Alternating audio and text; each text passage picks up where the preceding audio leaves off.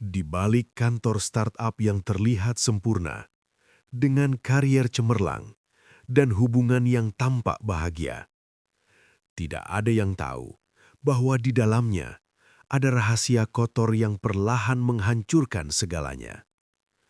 Satu hubungan terlarang yang dimulai dari perhatian kecil berubah menjadi pengkhianatan yang menghancurkan rumah tangga, menghancurkan karier, dan meninggalkan penyesalan seumur hidup. Mereka pikir tidak akan ada yang tahu, tapi saat semuanya terbongkar, bukan hanya cinta yang hilang, tapi juga masa depan mereka. Ini bukan sekadar cerita perselingkuhan.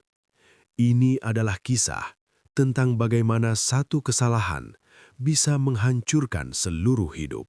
Di tengah gemerlap kehidupan kota yang tidak pernah benar-benar tidur, berdiri sebuah kantor startup yang sedang naik daun. Kantor itu terlihat modern, penuh anak muda berbakat, dengan suasana kerja yang santai tapi ambisius. Namanya Nexa Digital. Di sanalah dua sosok yang terlihat sempurna mulai menjalani kisah yang perlahan akan menghancurkan segalanya. Pagi itu, seperti biasa, Arga sudah duduk di kursinya sebelum jam kerja dimulai. Laptopnya terbuka, kopi hitam masih mengepul di sampingnya. Arga dikenal sebagai sosok yang disiplin, cerdas, dan fokus. Di usia 32 tahun, ia sudah menjadi salah satu manajer proyek paling diandalkan di Nexa Digital. Di rumah, ia juga dikenal sebagai suami yang baik. Setidaknya, itu yang semua orang lihat. Tak lama, pintu kaca kantor terbuka. Masuklah Nadia, wanita 28 tahun dengan gaya simpel tapi elegan. Senyumnya ringan, tapi cukup membuat beberapa kepala menoleh. "Pagi, Mas Arga," sapanya sambil meletakkan tas. Arga mengangkat kepala, senyum singkat. "Pagi, Nad. Udah siap meeting jam 10. "Siap dong, semalaman aku revisi decknya," jawab Nadia. Percakapan mereka terlihat biasa, profesional, tanpa celah. Tapi ada sesuatu yang tidak bisa dijelaskan, semacam kedekatan yang terlalu nyaman untuk sekadar rekan kerja. Ruang meeting pagi itu penuh. Tim berkumpul, layar proyektor menampilkan presentasi. Nadia berdiri di depan, menjelaskan strategi kampanye digital dengan percaya diri. Arga memperhatikannya dengan serius, terlalu serius. "Kalau kita push campaign ini di minggu ketiga, engagement bisa naik sampai 40%, kata Nadia. Salah satu rekan bertanya, "Yakin? Riski juga." Nadia sedikit ragu, hanya sepersekian detik. Arga langsung menyelah. "Aku sudah cek datanya, kita jalanin." Nada suaranya tegas, mendukung. Nadia melirik Arga, ada rasa lega dan sesuatu yang lain. Sejak saat itu, tim mulai melihat mereka sebagai duo solid, terlalu solid. Siang hari, kantin kantor cukup sepi. Nadia duduk sendiri, menatap layar ponselnya. Sebuah pesan masuk dari seseorang bernama Rian Hart. "Kamu pulang jam berapa? Aku kangen." Nadia membaca, tapi tidak langsung membalas. Beberapa detik kemudian, Arga datang dan duduk di depannya. "Sendirian?" tanya Arga. Nadia buru-buru mengunci layar. "Iya, lagi pengen sendirian aja." Arga mengangguk, tapi matanya sempat menangkap ekspresi Nadia yang berbeda. "Kenapa? Lagi ada masalah?"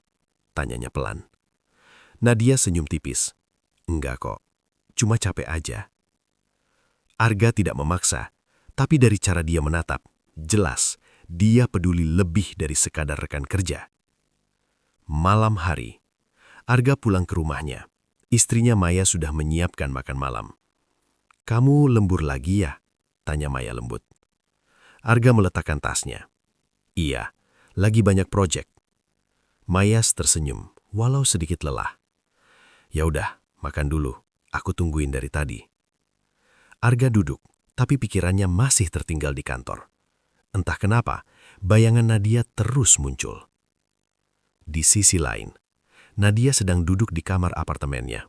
Ponselnya berdering. Ryan Hart menelpon. Nadia menghela nafas sebelum mengangkat. Halo? Kenapa sih kamu sekarang susah banget dihubungi? Suara Ryan terdengar kesal. Aku kerja, Ryan, kamu juga tahu. Tapi kamu berubah, Nad. Nadia terdiam. Ia tidak bisa menjelaskan bahwa ada seseorang di kantor yang perlahan mengisi ruang yang dulu hanya milik Ryan. Keesokan harinya, hujan turun deras. Sebagian karyawan sudah pulang lebih dulu. Tinggal beberapa orang di kantor, termasuk Arga dan Nadia. Lampu kantor sebagian dimatikan, suasana jadi lebih sepi. Nadia berdiri di dekat jendela, melihat hujan. Tiap hujan gini, aku jadi malas pulang, katanya. Arga mendekat, berdiri di sampingnya. Kenapa? Enggak tahu, rasanya lebih tenang aja di sini. Arga menoleh. Kadang, aku juga ngerasa gitu. Hening. Untuk pertama kalinya, jarak di antara mereka terasa terlalu dekat. Bukan lagi sekadar rekan kerja. Saat mereka berdiri berdua, ponsel Arga tiba-tiba bergetar. Nama Maya muncul di layar. Arga melihatnya, tapi tidak langsung mengangkat. Nadia melirik. Angkat aja, katanya pelan. Arga akhirnya mengangkat. Iya, Mai, aku masih di kantor. Sementara itu, ponsel Nadia juga bergetar. Ryan Hart kembali muncul. Namun kali ini, Nadia hanya menatap layar itu tanpa ekspresi. Lalu perlahan, ia menekan tombol silent. Di balik kantor yang terlihat penuh ambisi dan kesuksesan, ada perasaan yang mulai tumbuh di tempat yang salah. Bukan karena mereka tidak tahu itu salah, tapi karena mereka mulai merasa nyaman. Dan dari kenyamanan itulah, semua kehancuran biasanya dimulai. Hujan malam itu seperti meninggalkan jejak. Bukan hanya di jalanan kota yang basah, tapi juga di hati dua orang yang mulai berjalan terlalu dekat. Sejak malam hujan itu, ada sesuatu yang berubah. Arga mulai lebih sering mencari alasan untuk berinteraksi dengan Nadia. Dek yang kemarin bagus, tapi mungkin kita bisa improve lagi, katanya suatu pagi. Padahal, semua orang tahu presentasi itu sudah sempurna.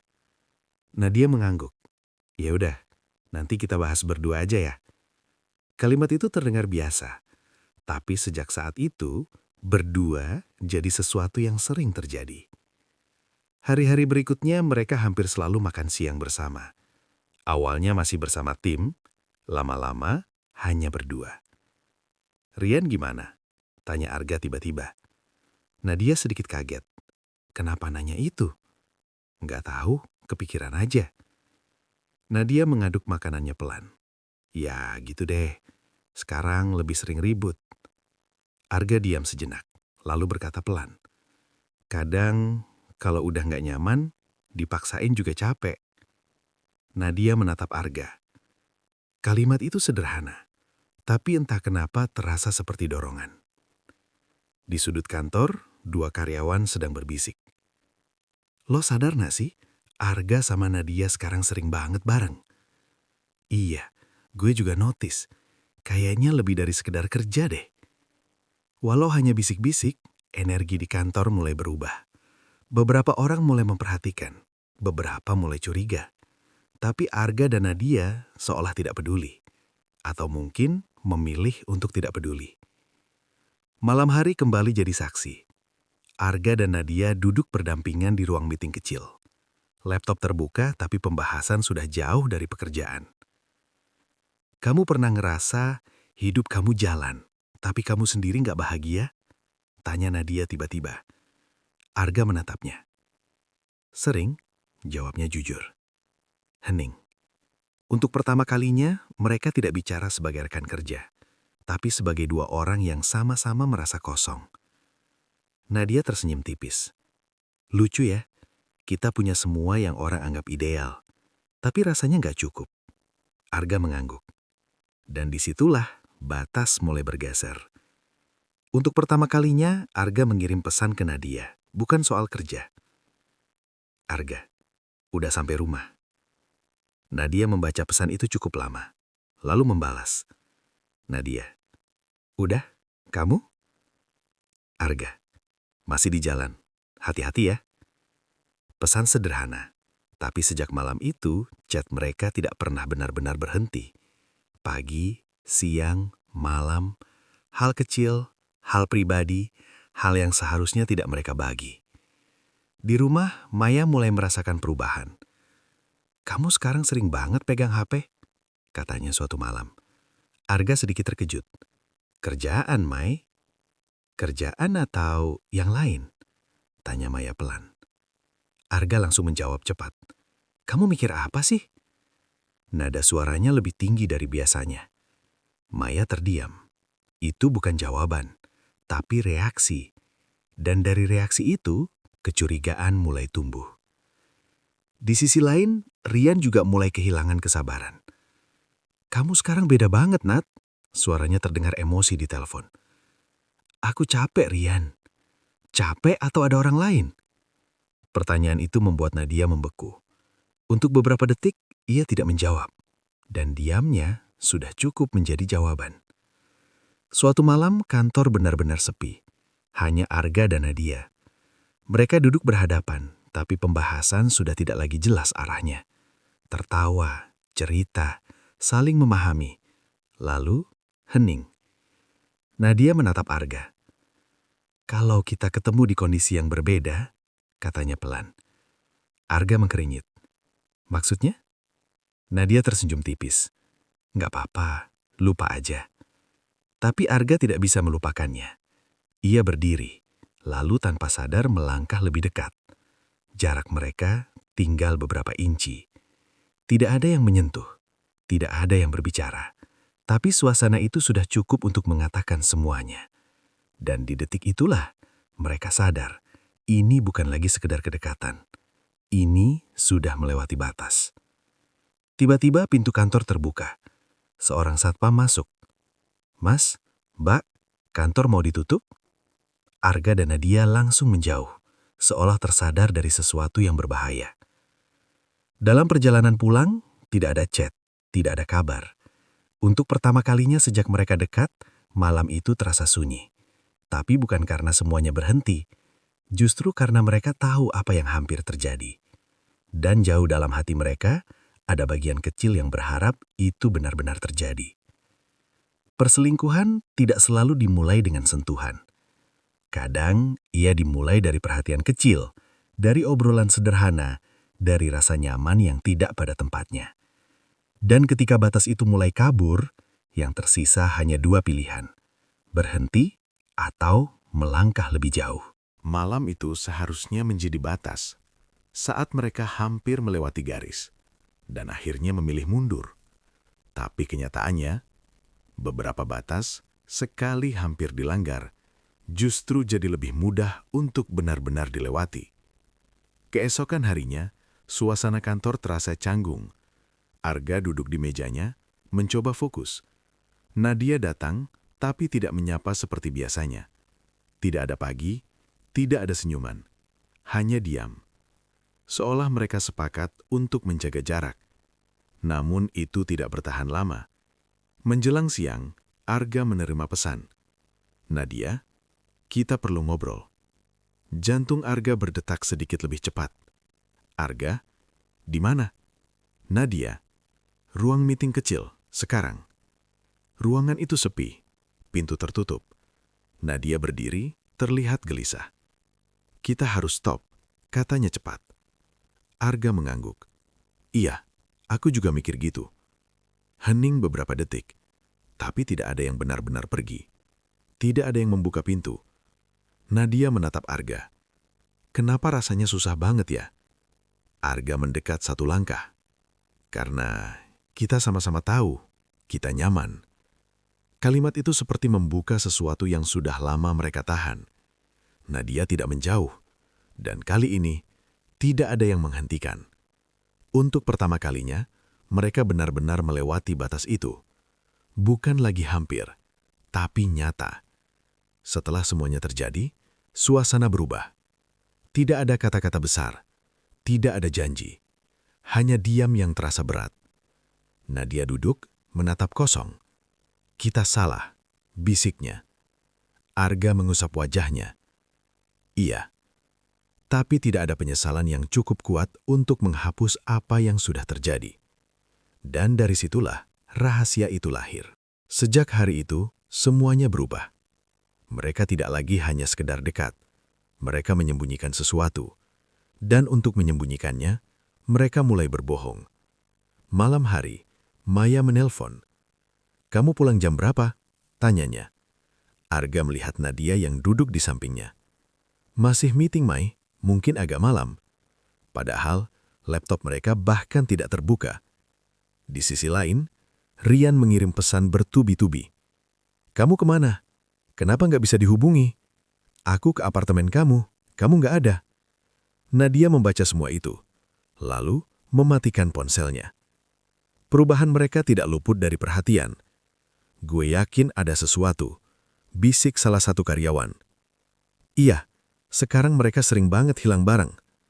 Tatapan mulai berbeda. Bukan lagi kagum, tapi curiga. Suatu sore, salah satu rekan kerja, Dina, menghampiri Nadia. "Nat, gue tanya jujur ya." Nadia menoleh, sedikit tegang. "Apa? Lo sama Mas Arga ada apa?" Pertanyaan itu langsung menusuk. Nadia tersenyum kaku. "Apaan sih? Nggak ada apa-apa." Dina tidak terlihat yakin, tapi dia tidak melanjutkan. Namun sejak saat itu, Nadia tahu, orang lain mulai melihat. Maya tidak lagi bisa menahan perasaannya. Malam itu, saat Arga pulang, "Kita perlu ngomong," katanya serius. Arga terdiam. "Kamu berubah," lanjut Maya. "Kamu jauh, kamu dingin, kamu bukan kamu yang dulu." Arga mencoba menghindar. "Aku cuma capek kerja, Mai." Maya menggeleng-geleng. "Ini bukan soal capek." Air matanya mulai jatuh. "Kalau ada orang lain, bilang aja." Jantung Arga seperti berhenti sesaat. Tapi, ia tetap memilih berbohong. "Nggak ada siapa-siapa." Jawaban itu keluar dengan cepat. Terlalu cepat. Di sisi lain, Rian akhirnya datang ke kantor. Ia menunggu di luar. Saat Nadia keluar, wajahnya langsung berubah. "Kita perlu bicara," kata Rian dingin. Nadia panik. "Kamu ngapain ke sini?" "Karena kamu makin gak jelas." Suasana mulai tegang. Beberapa orang kantor mulai memperhatikan. Nadia menarik Rian menjauh. "Jangan di sini." Rian menatap tajam. "Siapa dia?" Nadia diam. Dan lagi-lagi, diamnya sudah cukup menjawab. Nadia sendirian di apartemen. Ponselnya penuh pesan dari Rian. Panggilan tak terjawab. Ancaman untuk datang lagi. Ia memegang kepalanya. Ini salah, ini semua salah. Di sisi lain, Arga juga tidak bisa tidur. Bayangan Maya menangis, dan wajah Nadia bercampur jadi satu. Untuk pertama kalinya, rasa takut mulai lebih besar dari rasa nyaman. Keesokan harinya di kantor, Arga masuk lebih dulu. Beberapa menit kemudian, Nadia datang. Mereka saling menatap. Tidak ada senyum, tidak ada sapaan. Hanya rahasia besar yang menggantung di antara mereka. Tiba-tiba, HRD masuk ke ruangan. "Mas Arga, Mbak Nadia, nanti siang diminta ke ruang direktur ya." Keduanya langsung saling melihat. Jantung mereka berdegup kencang. Belum ada yang terbongkar. Tapi entah kenapa, rasanya seperti semuanya akan segera berakhir. Rahasia mungkin bisa disimpan, tapi perubahan selalu terlihat. Dan ketika terlalu banyak kebohongan dibangun, yang runtuh bukan hanya kepercayaan, tapi juga hidup yang selama ini terlihat sempurna. Tidak ada rahasia yang bisa disimpan selamanya. Dan pagi itu, di kantor yang dulu terasa nyaman, semuanya mulai terasa menyesakan. Jam menunjukkan pukul 10 pagi. Arga dan Nadia berjalan berdampingan menuju ruang direktur. Tidak ada satu kata pun di antara mereka. Pintu kaca itu terasa lebih berat dari biasanya. "Masuk." Suara dari dalam terdengar tegas. Di dalam, sudah ada Pak Reza, Direktur Nexa Digital.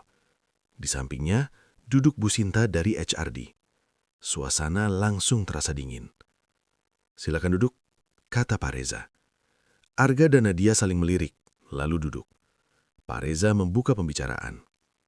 "Belakangan ini saya dengar ada beberapa hal yang mengganggu profesionalitas tim." Arga langsung menjawab.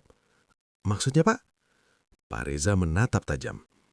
"Kalian berdua sering menghilang di jam kerja, meeting yang tidak jelas, dan..." Ia berhenti sejenak. Mulai jadi bahan pembicaraan di kantor. Jantung Nadia berdegup kencang. Bu Sinta menambahkan, "Kami belum menuduh apa-apa, tapi kami butuh klarifikasi." Hening. Arga menghela nafas. "Kami cuma sering diskusi proyek, Pak." Jawaban itu terdengar rapi. Terlalu rapi. Pak Reza menggeser sebuah tablet ke arah mereka. "Kalau cuma diskusi, mungkin ini bisa dijelaskan." Di layar terlihat rekaman CCTV. Tanggal, waktu, lokasi. Arga dan Nadia masuk ke ruang meeting kecil. Berjam-jam, tanpa aktivitas kerja yang jelas. Nadia langsung menunduk. Arga mencoba tetap tenang. "Itu lagi brainstorming, Pak." Pak Reza tidak langsung menjawab. "Terlalu sering untuk sekadar brainstorming," katanya dingin. Di luar ruangan direktur, beberapa karyawan mulai berbisik. "Lagi dipanggil ya mereka. Fix ada apa-apa sih ini?" Dina berdiri diam, memperhatikan pintu itu. Ekspresinya bukan lagi penasaran, tapi seperti seseorang yang mulai yakin. Di dalam ruangan, suasana makin tegang. "Kami beri kalian kesempatan untuk jujur," kata Bu Sinta. Nadia menggenggam tangannya erat. Ia ingin bicara, tapi takut.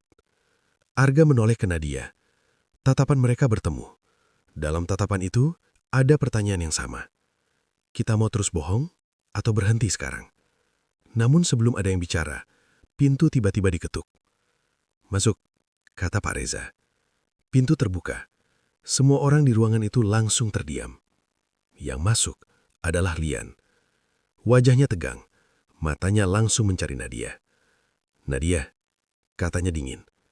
Nadia langsung berdiri. "Kamu ngapain ke sini?" Pak Reza terlihat bingung. "Ini siapa?" "Rian tidak peduli.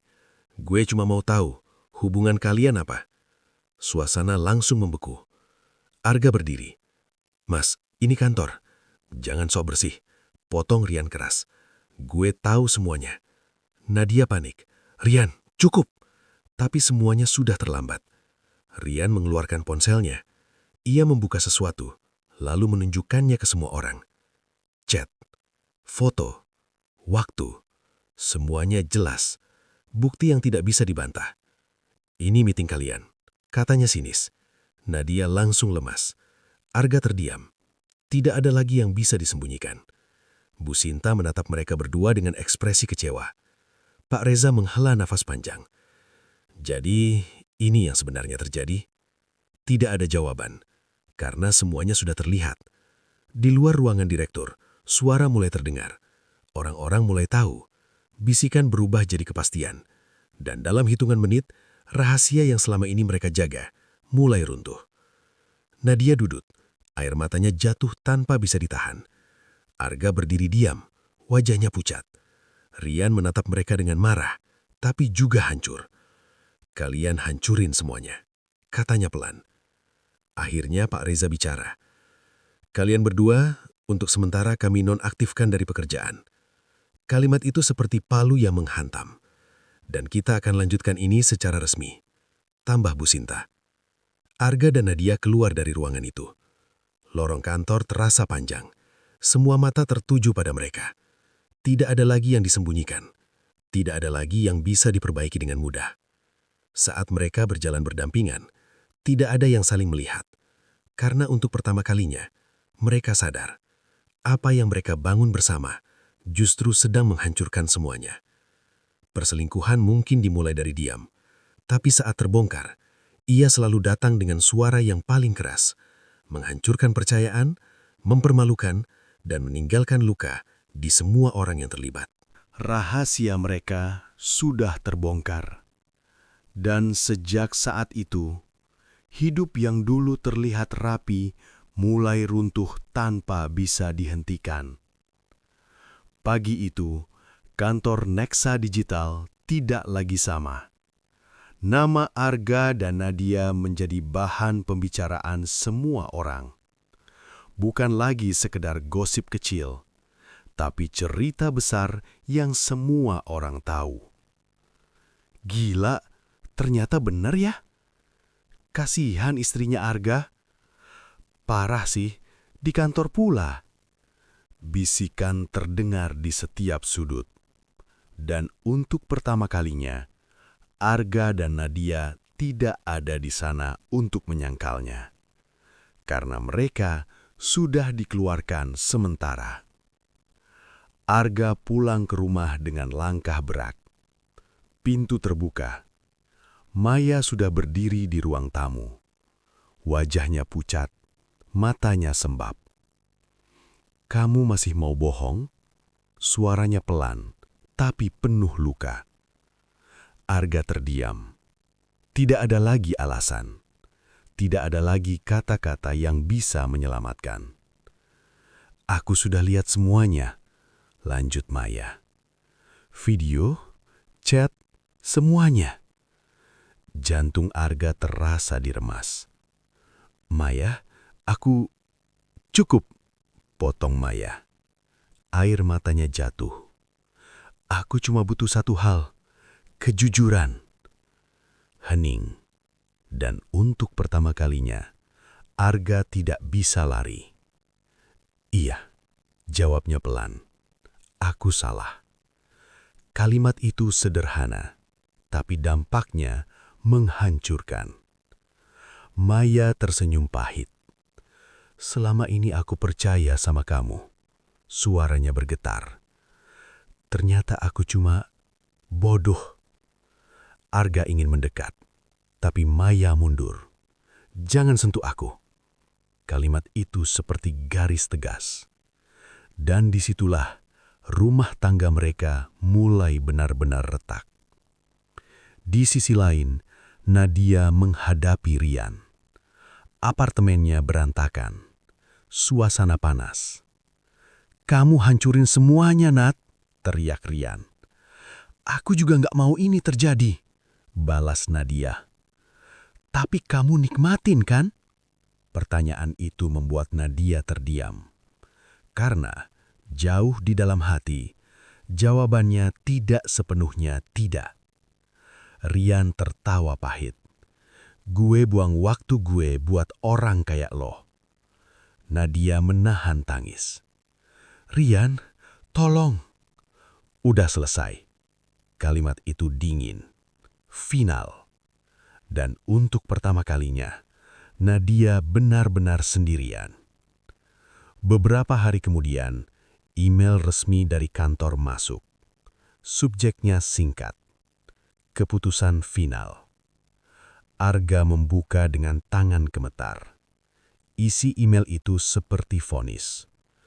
Dengan mempertimbangkan pelanggaran etika profesional, perusahaan memutuskan untuk mengakhiri hubungan kerja. Arga terdiam, matanya kosong. Di tempat lain, Nadia membaca email yang sama. Air matanya jatuh tanpa suara.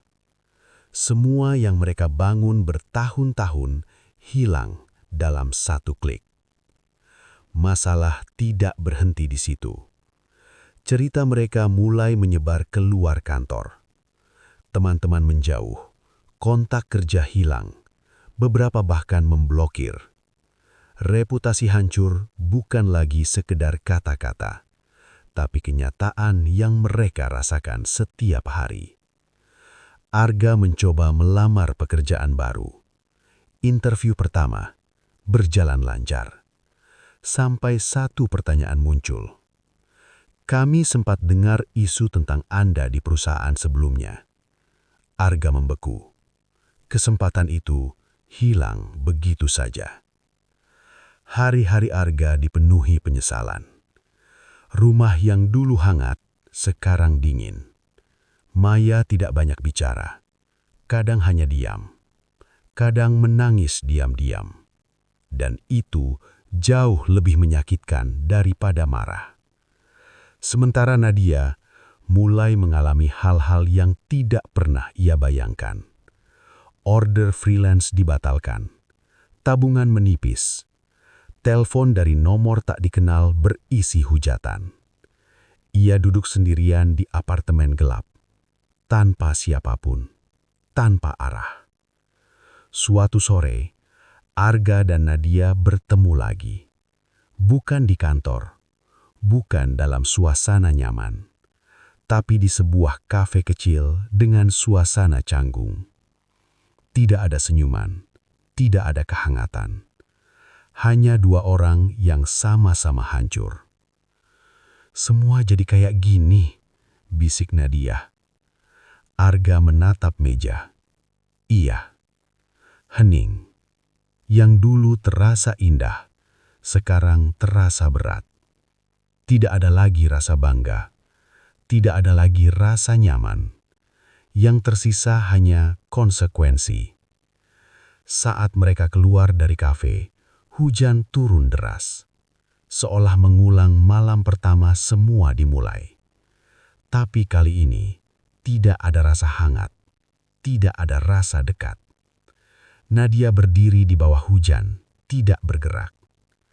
Arga menatap Nadia, tapi tidak mendekat. Karena sekarang mereka tahu, kedekatan itu adalah awal dari kehancuran ini. Kesalahan mungkin terasa kecil saat dimulai, tapi dampaknya bisa menghancurkan seluruh hidup. Karir hilang, kepercayaan hancur, orang-orang pergi, dan yang paling menyakitkan, ketika semua itu terjadi, tidak ada yang bisa dihentikan lagi. Tidak semua hukuman datang dari orang lain. Kadang, hidup sendiri yang membalas. Pelan, tapi pasti. Dan jauh lebih menyakitkan. Beberapa minggu berlalu sejak semuanya hancur. Hari-hari Arga terasa kosong. Pagi tanpa tujuan. Siang tanpa aktivitas. Malam penuh penyesalan. Ia duduk di ruang tamu, menatap laptop. Puluhan lamaran kerja sudah dikirim. Tidak ada jawaban. Atau kalaupun ada, selalu berakhir sama. "Maaf, kami tidak bisa melanjutkan." Dari dapur, Maya melihat Arga. Tapi tidak lagi dengan tatapan yang sama. Tidak ada kehangatan, hanya sisa luka yang belum sembuh. Mereka makan dalam diam. Biasanya Maya akan bercerita. Sekarang, tidak. Arga mencoba membuka percakapan. "Maya, tidak ada jawaban." "Maya, kita bisa..." "Jangan," potong Maya pelan. Arga terdiam. Suaranya tidak keras, tapi dingin. "Aku masih di sini bukan karena aku sudah memaafkan, tapi karena aku belum siap pergi." Kalimat itu menusuk, lebih dalam dari kemarahan. Di apartemen kecilnya, Nadia duduk sendirian. Lampu redup, tagihan menumpuk di meja. Ponselnya sepi, tidak ada lagi chat, tidak ada lagi tawa. Semua yang dulu terasa seru, sekarang terasa kosong. Ia membuka galeri, foto-foto lama dengan Rian, foto di kantor, foto dengan Arga. Nadia cepat-cepat menutuknya. Air matanya jatuh. "Kenapa aku jadi kayak gini?" bisiknya. Keesokan harinya, Nadia mendapat telepon. "Mbak, ini dari manajemen apartemen. Pembayaran Anda sudah lewat jatuh tempo." Nadia panik. "Iya, saya lagi usahakan. Kalau minggu ini belum dibayar, kami terpaksa mengambil tindakan." Telepon ditutup. Nadia memegang kepalanya. Masalah tidak datang satu-satu, tapi bersamaan. Di sisi lain, Arga mengalami hal yang sama. Motor yang biasa ia pakai tiba-tiba rusak di jalan. Ia harus mendorongnya sendirian di tengah panas. Orang-orang lewat, tidak ada yang peduli. Dulu, ia punya semuanya. Sekarang, hal kecil saja terasa berat. Sore itu Arga datang ke rumah orang tuanya. Ibunya menyambut dengan hangat, tapi ayahnya hanya diam. Makan malam terasa canggung, sampai akhirnya ayahnya bicara. "Kamu tahu kesalahan kamu?" tanyanya tegas. Arga menunduk. Iya, Pak. Ini bukan cuma soal kamu. Kamu bawa nama keluarga. Setiap kata terasa seperti pukulan. Kamu hancurin semuanya cuma karena nafsu sesaat. Arga tidak bisa membantah. Karena itu, benar. Arga sulit tidur. Pikirannya penuh. Bayangan Maya menangis, wajah Nadia, kata-kata ayahnya. Semua bercampur. Ia bangun, keringat dingin.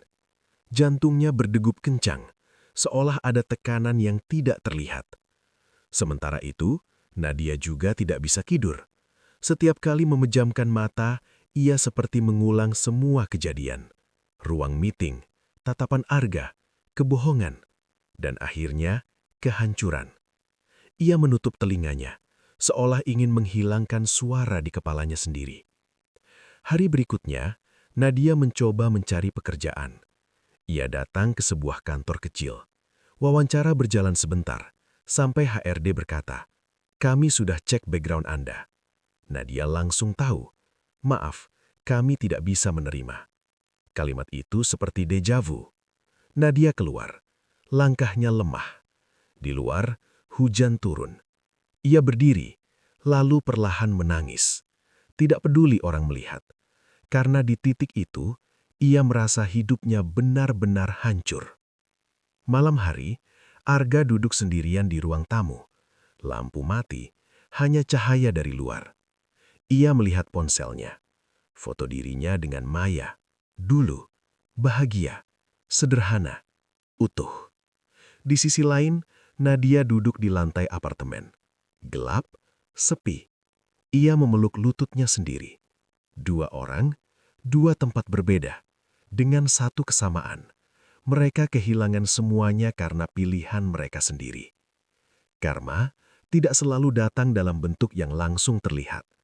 Kadang, ia datang sebagai kehilangan yang perlahan, kesepian yang panjang, dan hidup yang terasa semakin sempit.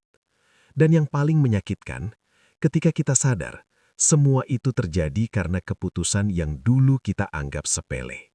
Waktu terus berjalan, tapi bagi sebagian orang, waktu tidak membawa perbaikan, hanya membawa kesadaran bahwa semuanya sudah terlambat. Pagi itu, Arga berdiri di depan rumahnya sendiri, tapi terasa asing. Ia menarik napas panjang, lalu masuk. Maya sedang duduk di ruang tamu, diam, seperti biasa. Arga mendekat perlahan. "Maya, kita bisa bicara." Tidak ada jawaban.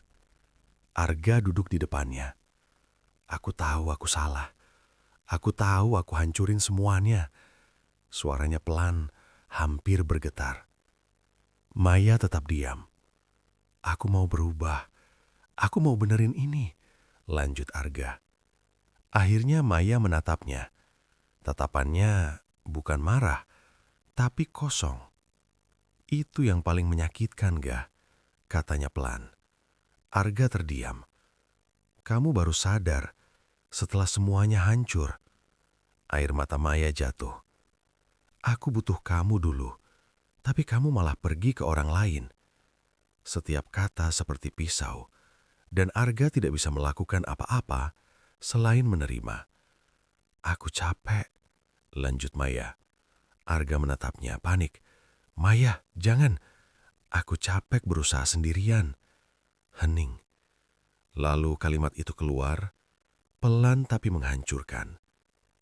"Aku mau kita selesai." Dunia Arga seperti berhenti. "Maya, tolong." Suaranya gemetar. Tapi Maya menggeleng. "Aku sudah mencoba bertahan, tapi rasa itu sudah hilang." Tidak ada teriakan, tidak ada drama. Hanya keputusan yang sudah bulat. Dan disitulah Arga benar-benar kehilangan segalanya. Di tempat lain, Nadia duduk di sebuah taman kota. Sendirian, ia melihat pasangan-pasangan lewat. Tertawa, bahagia. Dulu ia punya itu, dengan Rian, dan ia menghancurkannya sendiri. Dengan tangan gemetar, Nadia mencoba menelpon Rian. Nada sambung. Sekali, dua kali. Lalu diangkat. "Halo, Suara Rian terdengar dingin. "Rian, ini aku," suara Nadia pelan. Hening beberapa detik. "Ada apa?" jawab Rian singkat. Nadia menahan tangis. Aku cuma mau minta maaf." Rian tidak langsung menjawab. Dan saat ia bicara, suaranya datar. "Udah telat, Nat." Air mata Nadia jatuh. "Aku tahu, tapi dulu gue nunggu lo berubah," potong Rian. "Tapi lo pilih orang lain." Setiap kata terasa seperti hukuman. "Sekarang gue udah belajar buat lepas." Nadia menutup mulutnya, menahan tangis. "Jaga diri lo baik-baik," lanjut Rian. Lalu, telepon terputus. Nadia menatap layar ponselnya. Kosong. Seperti hidupnya sekarang. Tidak ada lagi yang menunggu, tidak ada lagi yang peduli. Dan yang paling menyakitkan, bukan kehilangan orang lain, tapi menyadari ia kehilangan versi terbaik dirinya sendiri. Suatu sore, Arga dan Nadia bertemu lagi, tanpa rencana, tanpa sengaja, di halte bus yang sepi.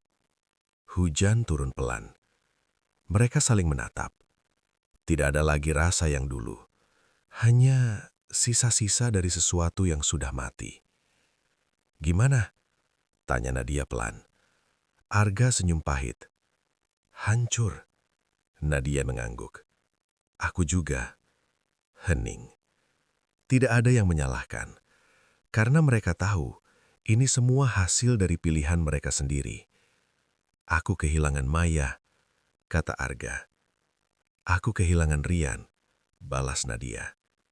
Hujan semakin deras. "Kalau bisa balik ke awal," kata Nadia pelan. Arga langsung menjawab, "Pasti aku berhenti."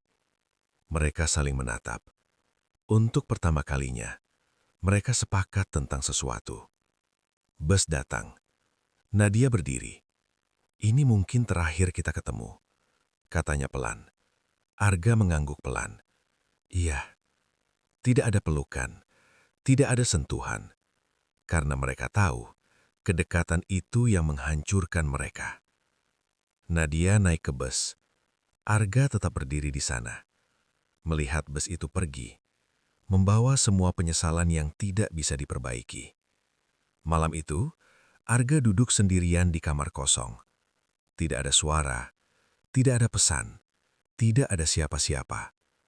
Di tempat lain, Nadia menatap jendela bus. Air hujan menetes di kaca, seperti air mata yang tidak berhenti. Dua orang, dua kehidupan yang hancur dengan satu kesamaan. Mereka baru menyadari arti sesuatu setelah kehilangannya. Penyesalan selalu datang di akhir, saat semua kesempatan sudah hilang, saat semua orang sudah pergi, dan saat kita akhirnya sadar bahwa satu keputusan kecil bisa menghancurkan seluruh hidup. Tidak semua cerita berakhir bahagia. Ada yang berakhir sebagai pelajaran. Dan bagi Arga dan Nadia, ini bukan lagi soal cinta, tapi tentang harga yang harus dibayar. Beberapa bulan telah berlalu. Kota tetap ramai. Hidup orang-orang tetap berjalan. Tapi tidak untuk mereka. Arga kini bekerja serabutan, dari proyek kecil ke proyek lain. Penghasilan tidak menentu. Ia tinggal sendiri, di kontrakan sederhana. Rumah yang dulu penuh tawa, sekarang hanya tinggal kenangan. Maya sudah benar-benar pergi. Bukan hanya dari rumah, tapi dari hidupnya. Di sisi lain, Nadia tidak lagi tinggal di apartemen lamanya. Ia pindah ke tempat yang lebih kecil, lebih sepi, lebih sempit. Seperti hidupnya sekarang. Suatu siang, Arga duduk di pinggir jalan setelah menyelesaikan pekerjaan. Tangannya kotor, bajunya lusuh. Ia melihat orang-orang kantoran lewat. Rapi, percaya diri, seperti dirinya dulu. Ponselnya bergetar. Pesan dari nomor tidak dikenal. "Maaf, kami tidak bisa melanjutkan kerjasama." Arga tersenyum pahit. Satu lagi kesempatan, hilang. Di tempat lain, Nadia mencoba bertahan dengan pekerjaan kecil. Tapi hidup terasa berat. Suatu hari, ia jatuh sakit. demam tinggi, sendirian di kamar. Tidak ada yang tahu, tidak ada yang peduli. Ia hanya bisa berbaring, menatap langit-langit, dan menangis dalam diam. Arga duduk di luar kontrakannya. Angin dingin, sunyi. Ia membuka ponselnya. Foto lama muncul. Dirinya dan Maya tersenyum, bahagia, tanpa beban. Air matanya jatuh. Kalau waktu bisa diulang, bisiknya. Tapi ia tahu, hidup tidak pernah memberi kesempatan kedua untuk kesalahan yang sama. Di sisi lain, Nadia juga melakukan hal yang sama, membuka kenangan. Rian, tawa, kebahagiaan sederhana. Ia memeluk dirinya sendiri, menangis. Bukan hanya karena kehilangan orang lain saja, tapi karena ia kehilangan dirinya sendiri. Suatu hari, takdir mempertemukan mereka lagi. Bukan di tempat mewah, bukan di kantor, tapi di sebuah rumah sakit kecil. Arga datang untuk menjenguk temannya. Nadia duduk sendirian di kursi tunggu. Wajahnya pucat, lemah. Mereka saling melihat, terdiam. Arga mendekat pelan. "Kamu," suaranya lirih. Nadia tersenyum lemah. "Cuma sakit biasa." Hening. Tidak ada lagi rasa canggung. Tidak ada lagi rasa yang dulu. Hanya dua orang yang sama-sama sudah jatuh. "Maaf," kata Nadia tiba-tiba. Arga mengeleng. "Aku juga." Mereka tidak menyalahkan lagi, karena semuanya sudah terjadi, dan tidak ada yang bisa diubah. Setelah beberapa saat, mereka berpisah, tanpa janji, tanpa harapan. Arga berjalan keluar rumah sakit, sendirian. Nadia tetap duduk, menatap lantai, sendirian.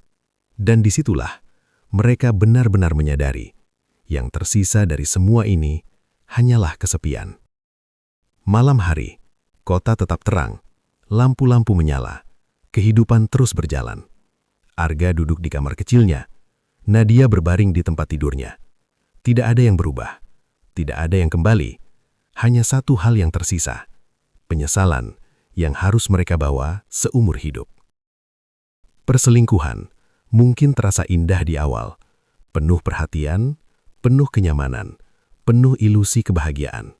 Tapi di balik itu semua, ada harga yang sangat mahal, yang tidak dibayar saat itu juga, tapi perlahan menghancurkan segalanya. Kepercayaan, keluarga, karir, dan diri sendiri. Karena pada akhirnya, yang hilang bukan hanya orang yang kita cintai, tapi juga kesempatan untuk hidup bahagia seperti dulu.